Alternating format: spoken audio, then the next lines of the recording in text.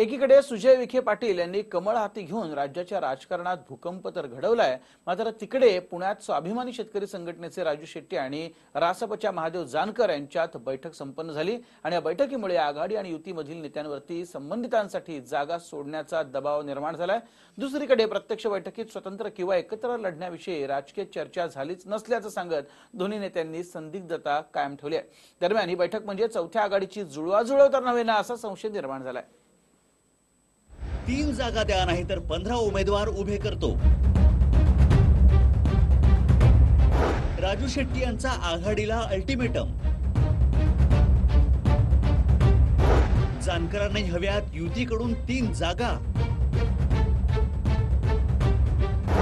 पुण्यात झाली जानकर शेट्टींमध्ये गुप्त बैठक।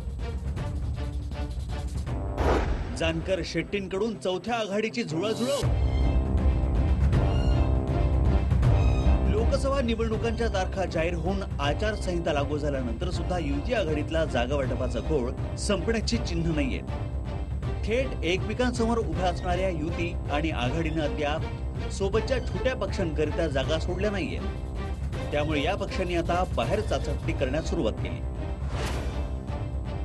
पुण्यात महादेव जानकर आणि शेट्टींमध्ये गुप्त बैठक झाली। सुमारे तासभर झालेल्या बैठकीनंतर दोघांनी या बैठकीत राजकीय कुठलीच चर्चा झाली नाही असं सांगितलं। मी राजीनामा घेऊन आघाडीत येण्याच्या चर्चा पूर्ण खोट्या असल्याचं स्पष्टीकरण जानकरांनी दिलं। राष्ट्रीय समाज पक्षाच्या कार्यकर्त्यांचा प्रेशर आमच्यावर एवढा आहे की रासपाला कमीत कमी 1 जागा तरी भारतीय जनता पार्टीने रासपाला सोडली पाहिजे।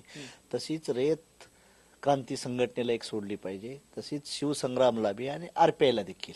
हा कार्यकर्त्याचा उत्साह आहे। कार्यकर्ते देखील बार बार प्रेशर माझ्यावर असतील, आठवडे साहेब असतील, सदाभाऊ असेल किंवा मेटे साहेब असतील, यांच्यावर प्रेशर येते कार्यकर्त्याचं। मग आम्हाला त्यांना उत्तर देता येत नाही।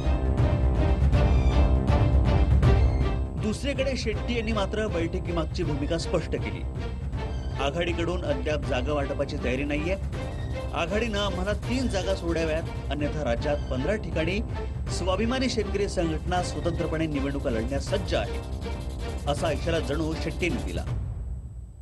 शेवटचा एक प्रस्ताव म्हणून 3 जागा स्वाभिमानीला काँग्रेस राष्ट्रवादीनं सोडाव्यात। पैकी हातकणंगले जागा सोडल्याची परस्पर त्यांनी आधीच जाहीर केलेला आहे।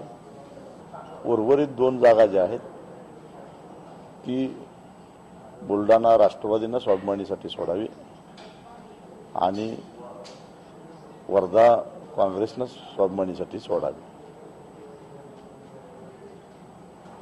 अशी आमची भूमिका आहे।